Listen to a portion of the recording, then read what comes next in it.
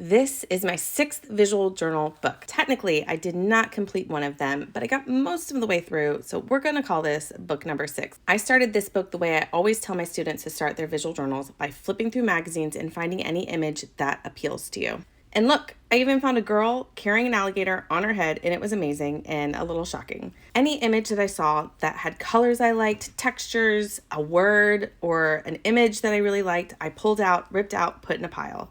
I then took that pile and I started cutting them up into strips, or I cut close around the edges of the object so I could create a clean collage. There was no concept going into this. It was just creating for the sake of creating to see what I made. This is a great way to start a visual journal because there's really no pressure. You're just finding things that you're attracted to, that are aesthetically pleasing to you, and you're putting it together to create something new. I found this word, imagine, that I fell in love with, but I just couldn't get it to work in my page, so I ended up ditching that. I also found these shutters that I just felt so connected to. I love the blue color. I glued it onto a sheet of book page that I had ripped out and cut out the shutters so I could actually open and close them. I then just decided to take the word astrology, because that's the name of this book, and put that behind the shutters. Here's my first page. I'm pleased with it. The shutters are crooked and I can't fix it, but other than that, I really love it.